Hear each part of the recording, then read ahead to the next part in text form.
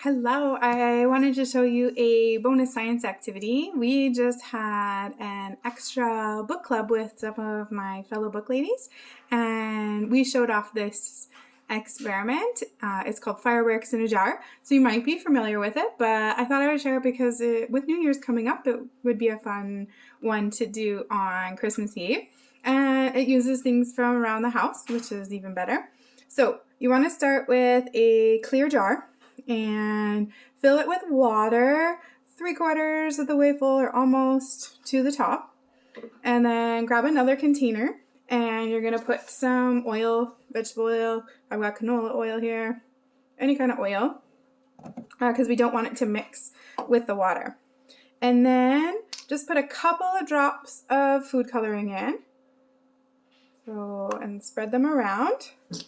I'm going to do blue, green, and some red.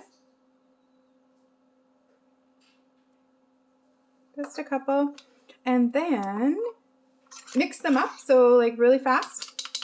And the food coloring doesn't mix with the oil, so it just creates all these little tiny colorful dots. You can actually kind of see it through the jar there. Then I don't have to worry about tilting it. Now this is the tricky part. So you can get your kids to help with all of this, but then when you pour it into the jar, you want to make sure that the oil sits on top. So sometimes if you pour it really fast, it will end up mixing and then it won't work. So just pour it slowly down the side, and the food coloring dots will stay in the oil to start. But because food coloring is heavier than oil, they'll start to sink to the bottom of the oil, and as they reach the water, they will dissolve in the water and create our fireworks. So we just, I don't want to make it too fuzzy. Our poor science jar is looking a little rough too. So they're sinking to the bottom. There comes a green one.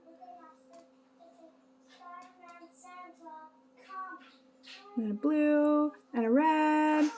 And they just start swirling and diffusing in the water. I'm going to see if I can get a better video here. Turn the camera around. Yeah, there we go.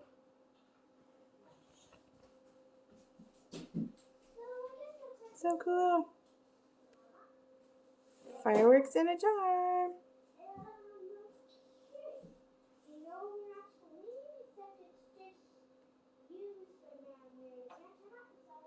So let us know if you try this experiment on New Year's Eve. Happy New Year!